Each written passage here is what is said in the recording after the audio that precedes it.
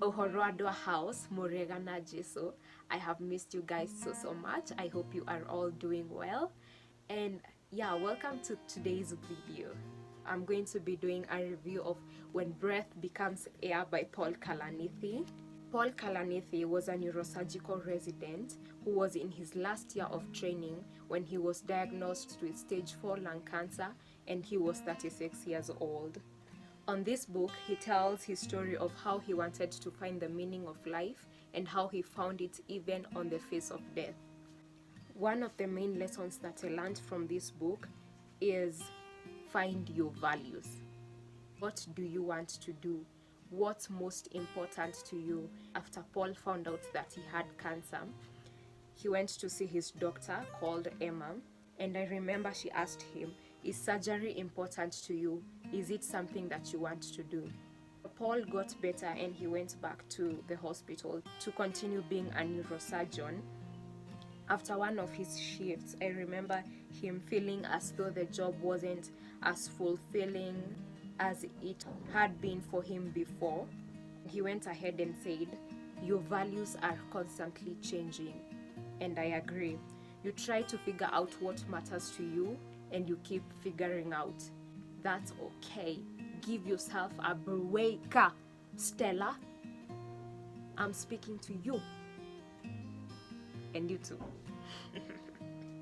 The other lesson is about setting goals. He says, assemble a plan to move forward. In the face of weakness, determination sets in. Sometimes you might set a goal, and then when there's so much adversity, you feel like you want to give up. But the action steps that you put below that goal are the ones that are going to help you achieve that goal, or better yet, become a better person while achieving that goal, guys. Alright. The other lesson that I learned from this book is that human knowledge is never contained in one person. It grows from the relationships we create between each other and the world, and still is never complete. And guys, I can attest to that. With every book that I've read, I've learned more and more and more. Even when you're getting mentors in your life, it's okay to have more than one mentor. Have one mentor to show you, to guide you through this specific area in your life, and you have another mentor to guide you in another specific area of your life, and that's okay. Thinking about the other person, not about yourself, guys. Lucy and Paul Kalanithi always thought of each other. Paul Kalanithi and his wife Lucy Kalanithi really wanted a child. When he found out that he had cancer, they felt as though it was now or never. But then no person pressured the other person to have this child. Paul Kalanithi was thinking, I don't want to have to leave Lucy to take care of a newborn child and have to take care of me. It should be her decision.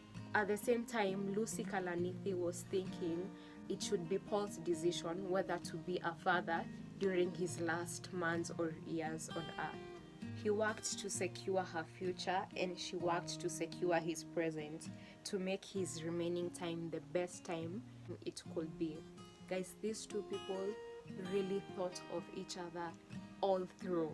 If we can just think of the other person, Paul died in March 2015 while still working on this book. And what this book has done mainly for me is to connect the dots of what I have learned before from other books, and it has reminded me to focus on my most important values.